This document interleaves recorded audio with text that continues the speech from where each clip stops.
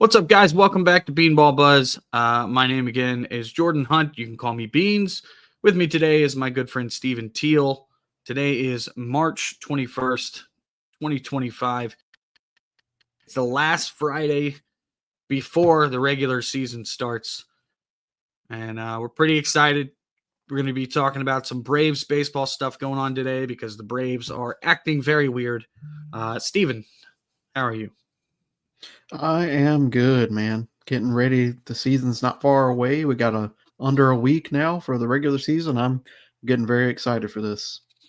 Oh, yeah. Yeah. It's going to be quite a busy day for myself and or not a busy day, a busy week for myself and my family. So although it feels like opening day is still a while away, I'm sure for me, it's just going to sneak right up. Yeah, Our daughter's having surgery next week. So we're kind of in all the planning stages of that and stuff. And every minute is full of fun and anxiety. And so, absolutely. anyways, so Hope this thing jumping goes back well for to, you. yeah, I think it will. It's, she's come a long way. She's gone through a lot to get to this Absolutely. point. And the doctors and the hospital that she's at, UVA, they're incredible. And they have done a lot of work to get her to this position where this surgery is possible. So it's, a testament to the medical field, first off, testament to how incredible her doctors are, testament to her because she's a fighter and she's just a little badass. Absolutely. So Absolutely. I have all the confidence in the world. Everything's going to go great. But Good. again, jumping into baseball, again, we're going to be talking about the Braves today. The Braves have had a weird offseason. It's been definitely different. If we look back at some of the off seasons that they've had since Alex Anthopoulos got there, the Braves tend to act very early.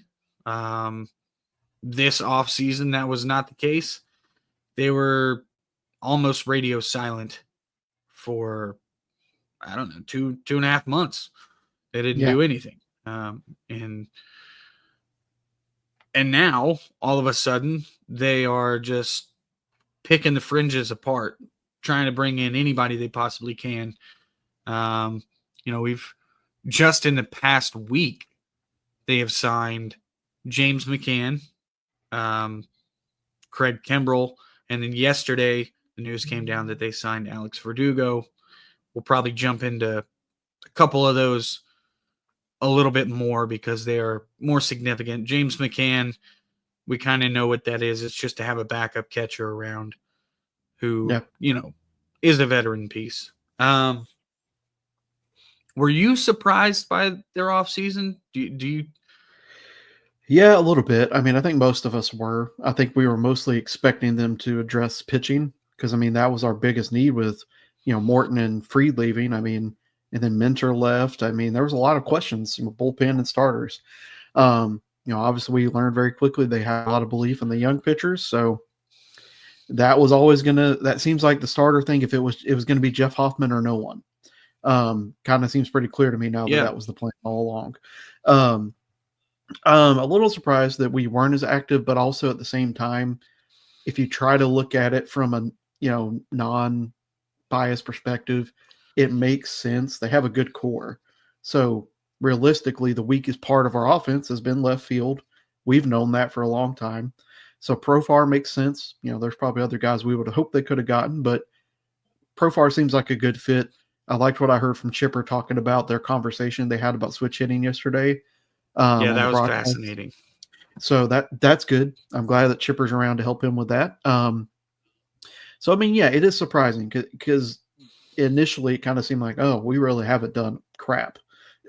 you know, we addressed some areas, left some unanswered that I think should have been answered, but now with all the extra stuff, it's like I don't really know what the plan is at this point.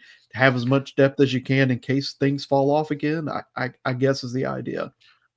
Yeah, that's exactly what I feel the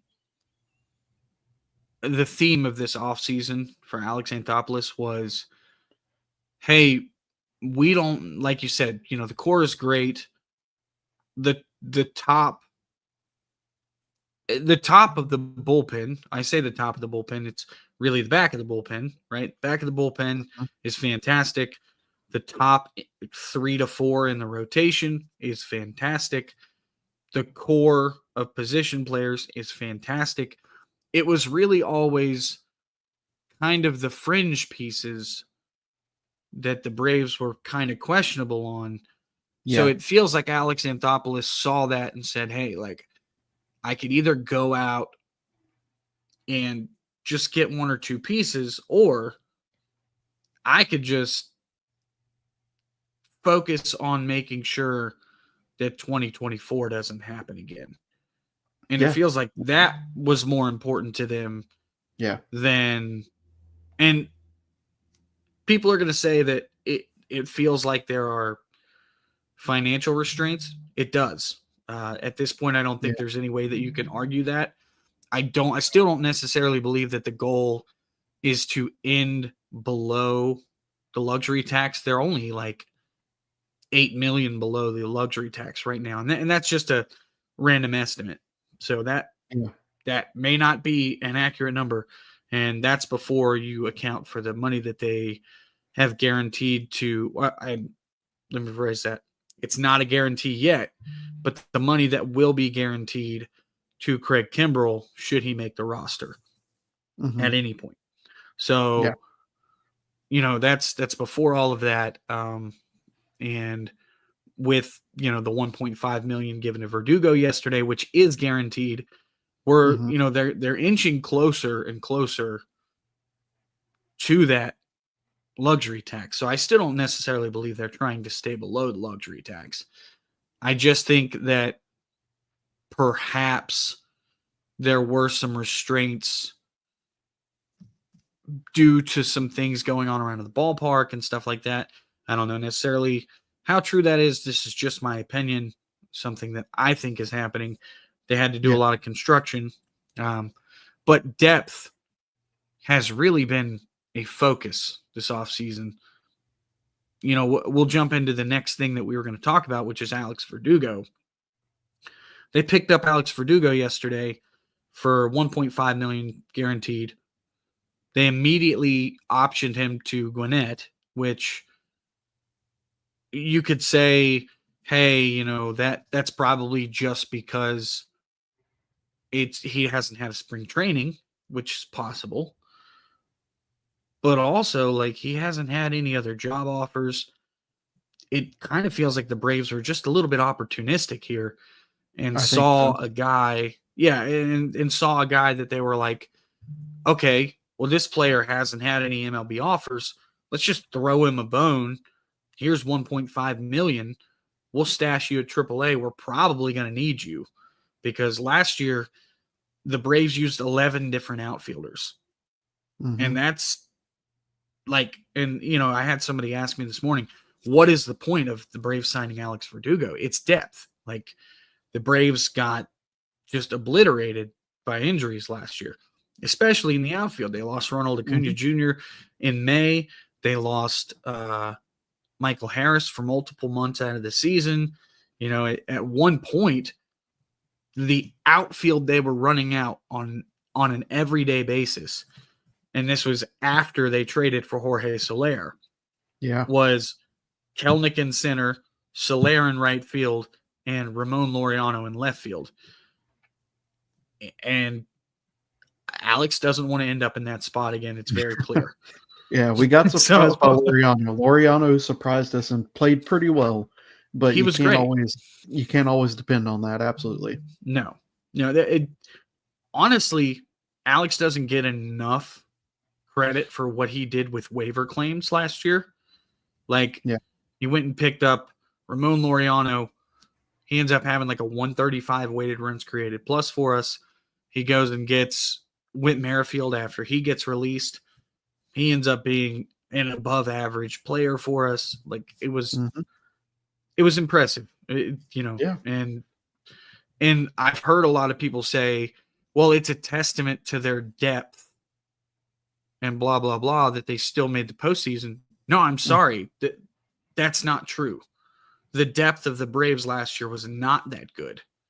They were Yeah, I agree. scrambling at times to get Mhm. players to fill roles, and they just hit on everybody, and they're trying to avoid having to do that scrambling this year. Yeah, I mean, we had injuries at literally every position except for shortstop, first base, and that's about it. I mean, everybody else was hit. So, yeah, I mean, really the yeah, only other I would say the only four guys that I would say were healthy all year and on the team all year were Matt Olson, of course, and dude plays 162 every year. Orlando Arcia, and even Orlando had like a 5 or 6 day stretch where he had that yeah, abscess tooth that he was that's right. out, and we had Zach Short playing shortstop, and that was rough. And then um, who else? Jared Kelnick. And who was the fourth guy? Oh, Marcelo Ozuna. Those are the only four Oh, guys yeah, yeah, who stayed healthy the majority of the season. And yeah, one of them is a DH. yeah. So It was a lot. it was But yeah, we rough. definitely don't want to end up in that spot again. Absolutely not. And Verdugo for me is I understand he's not like as great as you would think. I mean, he does have a career 272 average. He's not like a bum, and his defense for the most part is pretty good. I know he's a few years removed from negative DRS and outs above average, Right. but last year he was But decent. last year that wasn't the case. Yeah. Yeah. Yeah, he was decent. He's got good arm strength. We've always known that. So, from my perspective, it's either they're considering trading Kellenic. I don't think you do that because $17 million, he's not like that valuable at the end of the day. And I don't see the Braves just giving up on that when you have a few more years of control left. I Um, was just about to say the control is what makes me yeah, think that moving on from Kelnick wouldn't make much sense. He's no. quality fourth outfielder. He's got an option left. De La Cruz has two options left. I don't see this as a one of those two guys are gone. It's a Verdugo is an option. He's got a decent track record. He could help the team, and we also could use him at the trade deadline to pick up something we may need. I mean, I think Right. it's a forward thinking move by Alex at the end of the day, which I is what he always I does. 100% agree. Yeah. He always talks about how can we maximize the window, right? Yeah. He's always talking about how can we make sure that this is sustainable, not just in 2025, but in the future as well. And this is a move that he's looking later in the season and saying, hey, Ronald Acuna Jr. is coming back in May. We hope everything goes fantastic and he's able to play 100 plus games and be great. But he could end up needing some time off. I mean, he probably would have benefited from maybe a 15-day IL stint in 2022. He didn't do that. It's possible he ends up needing to do that just to, work through some soreness later in the season. Michael Harris had a hamstring issue last year, and I'm more concerned about that because Mhm. hamstrings are, one of those things that, I mean, really, if you think about it, hamstrings are what ended Ender Inciarte's career. Like Yeah. Yep. that dude could not keep his hamstrings healthy, and he just fizzled out because of it. And so, I don't know, when you look at the Braves outfield now, you're talking about, and I'm talking whole picture. Yes, right out the gate, Acuna is not going to be ready, but I'm still going to include Acuna. So you got Ronald Acuna, Michael Harris, you've got Jurickson Profar, Jared Kelnick, Brian De La Cruz, and Alex Verdugo. That is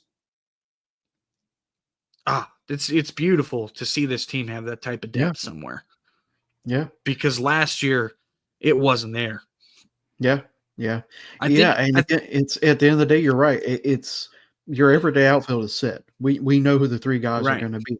So It's not like they went out in Verdugo and said, "Screw everybody, he's going to be." No, that's not the idea. I mean, No. and then you got to think Brian De La Cruz. He's had a pretty decent spring. I've been kind of surprised by how well he's played. Yeah, he has. So And again, having that to just call up at any time, I mean, we learned last year that's invaluable. It is. And I mean, De La Cruz is a guy who has had his share of, struggles in the past. He's a streaky hitter, but he hits for power. I mean, I think last year he hit 19 home runs, or maybe it was 20. One of the two. He hit 19 one year. I think it was 19 one year and 21 the other year or something like that. So, I mean, the guy has power. He's not a great defender, but it is what it is. That kind of depth is not something they had last year.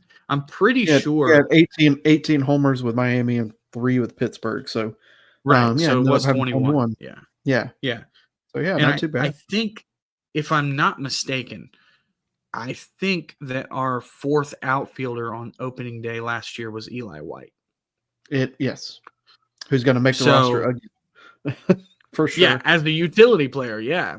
Which I am excited about because he does bring a lot of things to the roster that I think the Braves need. Yeah. But he even gave fans ideas of being the starting shortstop because of how crazy he's been playing.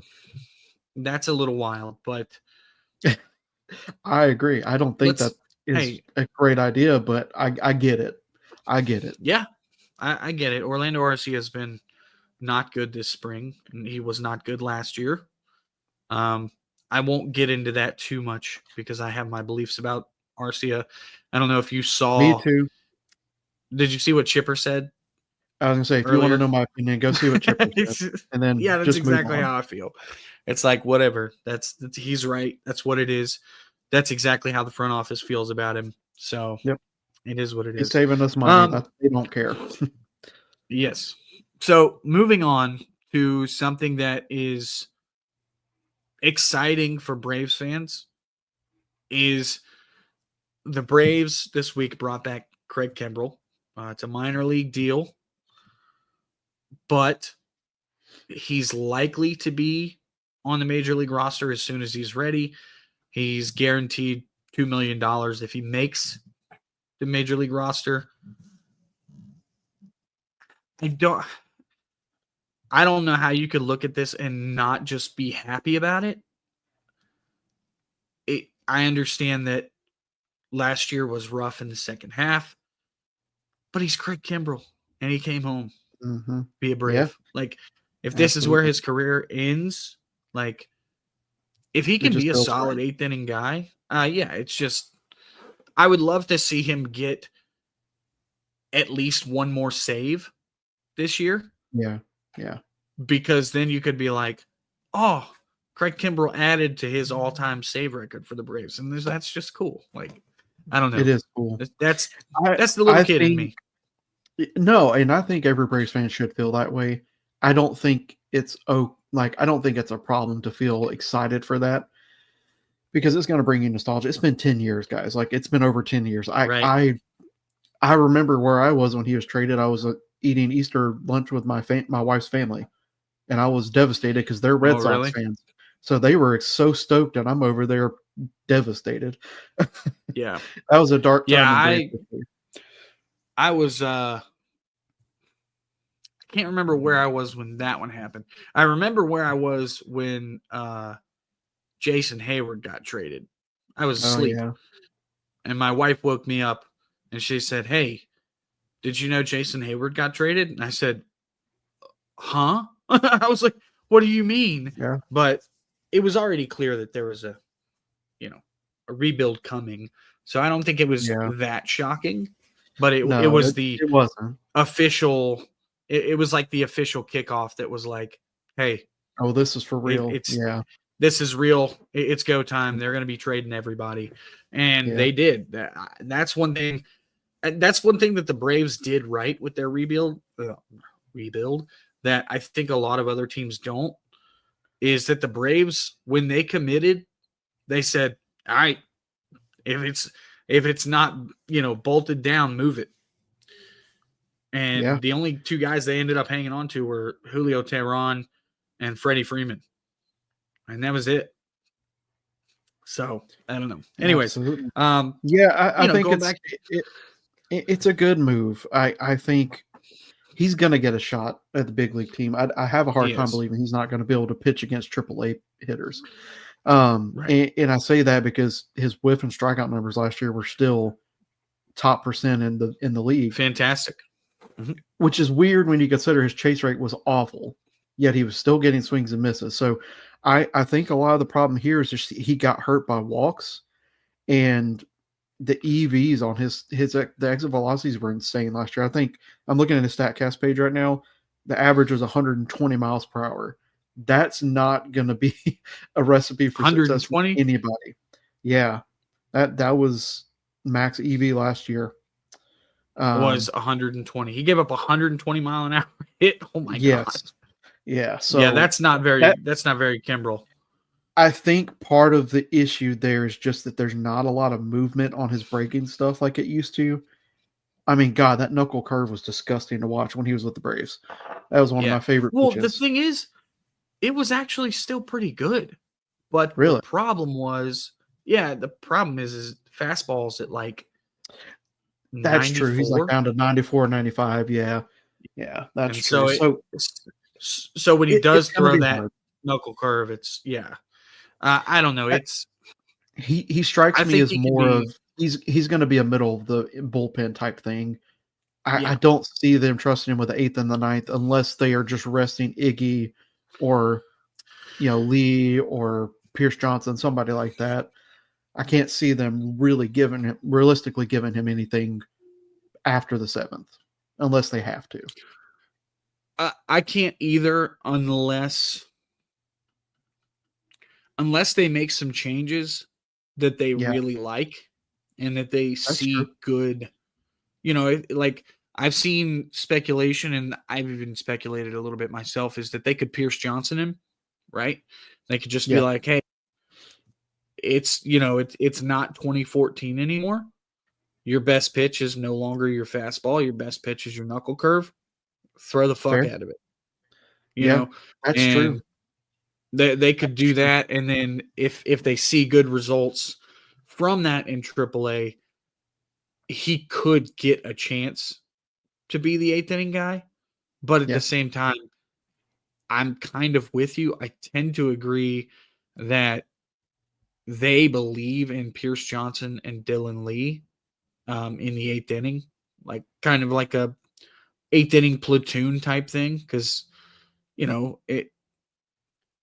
Pierce Johnson was very good for the Braves last year, but down the stretch, I feel like he threw too many curveballs.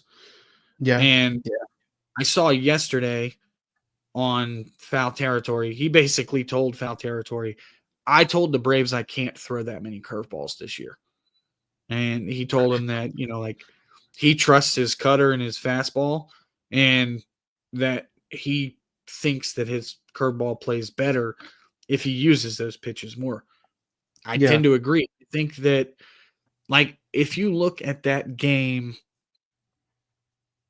against the Mets at the end of the season with the Lindor homer, I think that Lindor homer was like the epitome of this dude knows exactly which pitch is coming. All he's got to do is sit back and wait on it. And that's exactly what he did. Yeah. So I think that they could do some of that with Kimbrel, but I do tend to agree with you that his place is going to be middle relief, 6th, 7th inning. Yeah, it has to be. And I know Rick Kranitz will find the right. I mean, I don't think he gets enough credit for how great of a pitching coach he really is. He does. He just knows how to he knows how to unlock things. Like you're saying, it's probably going to be, hey, you got to trust your breaking balls more, and then that'll help your fastball play up a little bit. So, I don't know. It's an interesting place for him where I thought the bullpen might be our strength this year, and now it's pretty glaring weak spot. So I have been on record saying that it doesn't bother me, that I'm not really concerned about it. People Yeah. think that when I'm saying that, what I'm saying is, oh, the bullpen as is, the opening day bullpen is going to be fantastic, and we're going to ride that all the way to a World Series victory. Yeah. That is not at all what I think. I think that Yeah. especially over the last few weeks, the Braves have done a fantastic job of bringing in experience and making sure that there's a lot of quality depth at the minor league Yeah. level, Yeah. that they can call on should, say Aniel De Los Santos does come up and he's a pumpkin, right? Spring training was an anomaly. Dude's getting lit up, giving up homers like crazy again. Okay, Buck Farmer, you're up, bud. Yep. Like that's just, I think that the Braves have done a good job protecting themselves from losing. How do I say this? You can't win a postseason spot in April, May, and June, but you Yep. can absolutely lose one.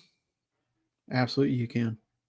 And I think that they've done a good job protecting themselves from that, from their bullpen causing that. Uh-huh. And I also believe that after the All-Star game comes to Atlanta, where they are going to make a fuck ton of money, I think at that point they're going to be like, Alex, go do whatever you need to do. Absolutely. Go Dude, get that's the whatever revenue you from want. that's going to be insane. Yeah. And I think people want a great bullpen. Like, we're not used to having a bad bullpen, No, or at we're least not. an iffy bullpen. We're used to having the best bullpen in baseball. Yeah, I mean, And we did last year. I mean, yeah, I think a lot of people forget that. Our pitching, I know it doesn't seem like they were so good last year. Like, they were I'm not worried about the incredible. rotation really all that much, to be honest. I think Strider looks like he's ready. Once he gets a few more reps under him, I think it's going to be the same story. And then that just gives you the idea to Holmes or Anderson, perfect candidates for long relief. I mean, Yep. they're easy choices.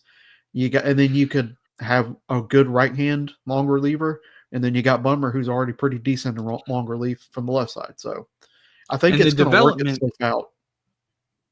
yeah, I do too. And I think that a huge key to this that a lot of fans didn't know coming into spring training is that the development of AJ Smith-Shawver is massive.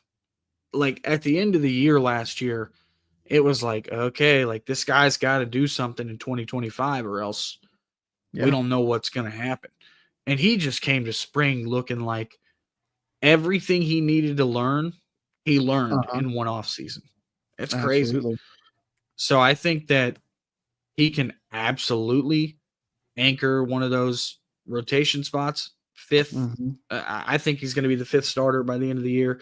I think that what's probably going to end up happening is he becomes like the fifth starter. Holmes moves into a role where he kind of does everything again, including being a sixth starter. Uh-huh. And I think we could even see Holmes fill in a spot in the bullpen if like in the back end, if things don't go well. But yeah, Yeah. I'm with you. It's not ideal. Like, you're never gonna catch me sitting here saying like, yeah, we got the best pitching staff in baseball again, which rotation looks It pretty happened. insane. I'm not Yeah. gonna lie. The rotation looks better than any rotation I think I've ever seen the Braves have. And that's And I know we're saying a basing lot. that off of spring stats, but it's hard. They pass the Yes eye and test no. too. Like, I I'm mean, not even yeah, I worried mean, about the analytics. what we saw Spencer Schwellenbach do in the second half That, last year, that was like crazy. that was real. And he Yeah. looks even better. What he did to Aaron Judge the other day was like, Up and in that was fastball. eye-opening. It That, was like, whoo, wait, and that's that the thing. stuff's real. He's not throwing 100. He's 97 Yeah. max. and it looked like it was coming in at 100. So, yeah. And then his breaking stuff's gotten even better somehow. I don't understand. Yep. And he's got like what six pitches to deal with. I mean, we've he's gotten very lucky with Spencer Schwellenbach. Yeah, I say lucky, like the Braves. The Braves play a big part in that. They developed him. They saw him. They saw a closer who had been a closer for like honestly like 1 year, and they were like, "Well, let's go get that guy," and because we see something in him, and they said from the start, "No, he's not a shortstop. He's a pitcher, and he's a starting pitcher." Like the Braves recognize this stuff, and you have to credit that to now. Dana Brown was around at that time too, so you might have to credit Dana Brown a little bit for that. So they've gotten really lucky. So, well, again, this isn't a rotation episode, but we could talk about the Braves rotation. We definitely could. We definitely could. Especially after what we saw Spencer Strider do the other day. That was magical. It was fun to watch. When he had those 5 strikeouts in a row, I was like, we're back. Yep. Yeah, I was too. I was like, uh-oh. Uh-oh. Put the league on notice. But yeah, and I get the concerns about the bullpen. I really do. I'd be lying if I said I didn't. But I think that there is a lot of good arms down there that have a lot of it. I think that people underestimate experience in today's game. For sure. We talk about it a lot because the Braves talk about it a lot. But outside of the Braves, like, a lot of, and maybe it's just a testament to what, the modern day fan, right? Like, we just want to see great baseball on the field. And people tend to overlook some of those other things that matter. And experience is one of those. Yeah, for sure. And I mean, like Hector Neris, like, he's been around a long time. He's had a lot of really good years. He had a subpar year last year. That's fine. Absolutely. Yeah. Dude won a World Series 2 years ago.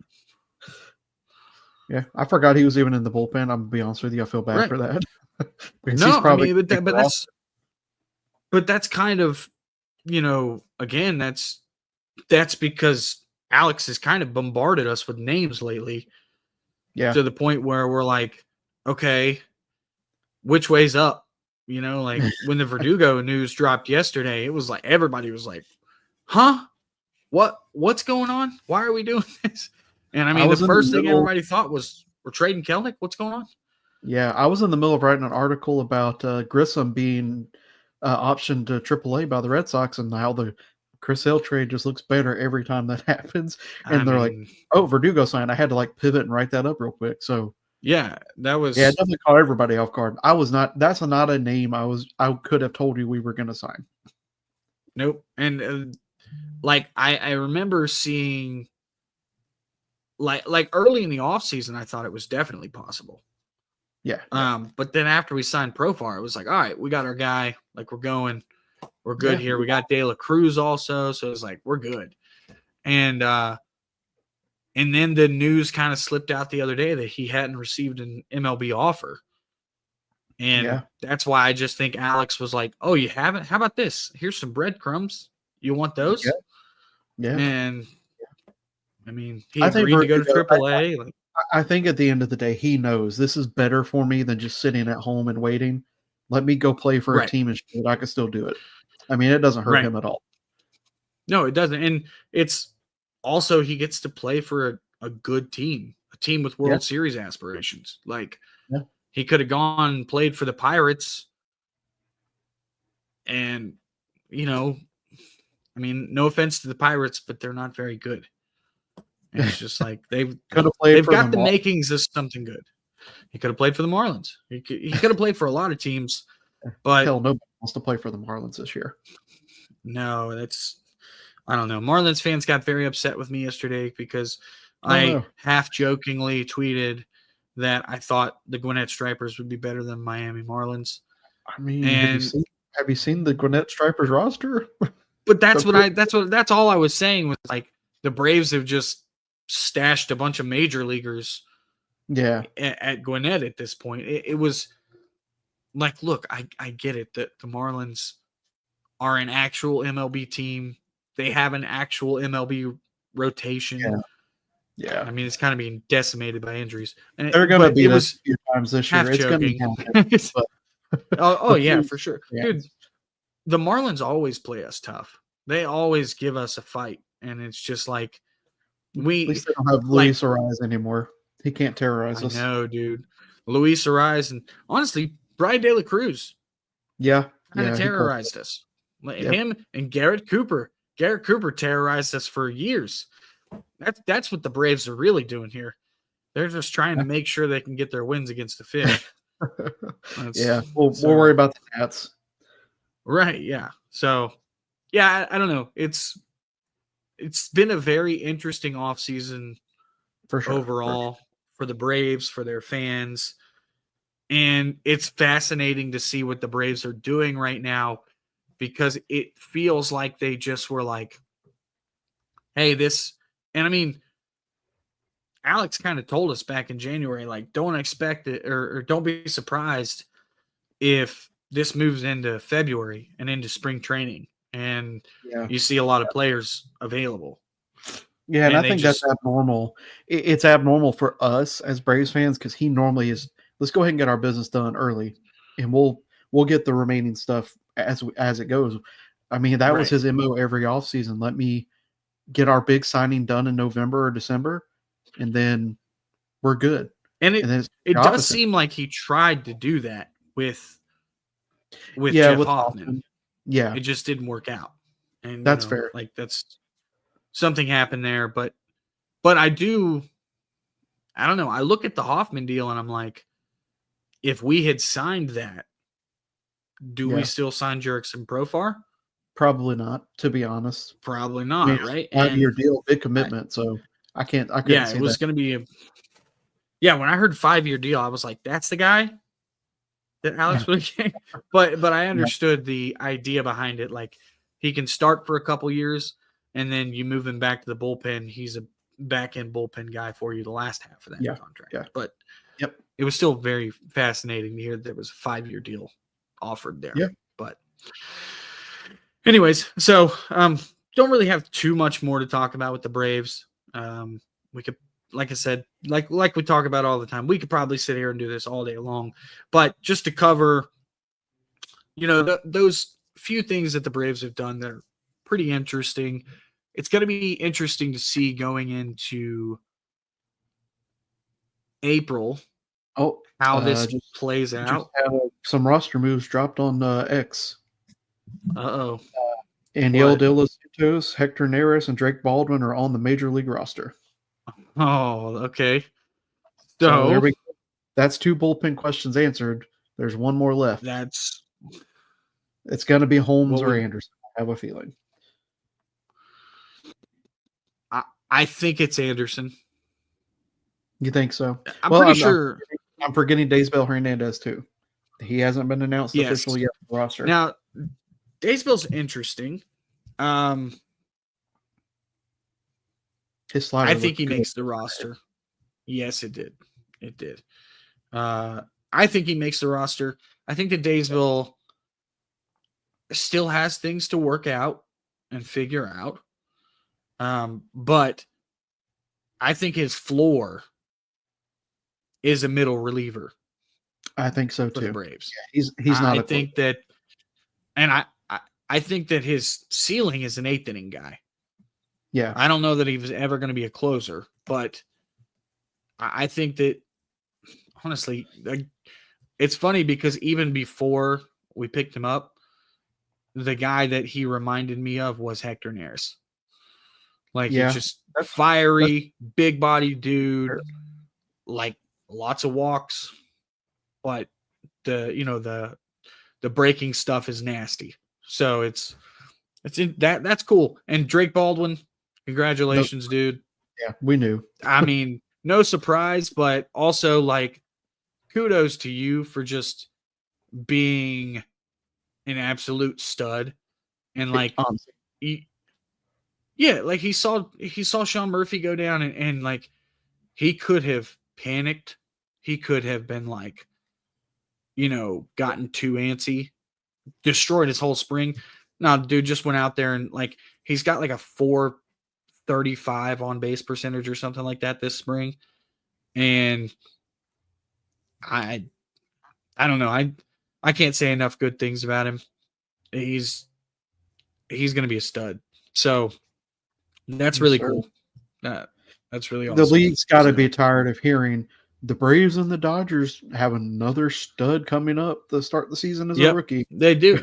I mean, it's funny because the Braves are rated as one of the worst farm systems in baseball.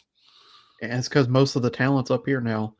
And yeah, it's okay. They'll get back and they there. just keep producing it. Dude, I'm envious of the Red Sox. I am. They have such a good farm system. So yeah, Roman Anthony, Marcelo Meyer. Yeah.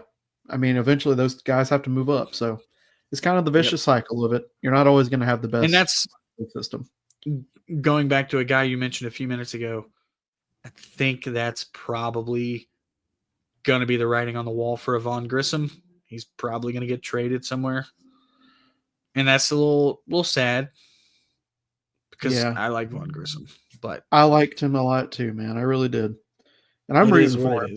He's just got a tough path ahead of him. There's a lot of good prospects he's got to be better than. Yes, I totally agree. And they're not just good prospects. They're like top 10 prospects. They're superstars, and that's tough for Vaughn Grissom. So, all right, well, this was fun. I'm kind of glad that we had a chance to do this because the Braves are our passion. Honestly, everybody knows that. This is an MLB pod, but we saw an opportunity to, kind of appease our people in Braves country, and that's a little fun. So, but other than that, like we'll be back soon. There definitely will not be a show on Monday. My wife and I are traveling down to UVA on Sunday night. We have pre-op and we have to do an ultrasound to check my daughter's to check her diaphragm for her trach and stuff. And so we're going to be at the hospital all day Monday. And hopefully, as long as everything goes well, should be good to get back Friday, do another show right after opening day. And you know what? I'll tell you what, if things go well, maybe we could do an opening day show. That'd be kind of cool. Might be a little tired thanks to the West Coast We'll trip. figure it out. We'll make it happen. We'll figure it out. Yeah. So, well, other than that, like I said, as always, we appreciate you guys coming out and checking us out. I am Jordan Hunt. Call me Beans. As always, with me is Stephen Teal. You can find him on X at RealTeal09, right? That's right. You got it, man. Okay. All right. Yeah. So, all right. You guys have a good one and enjoy your weekend. Later, everybody.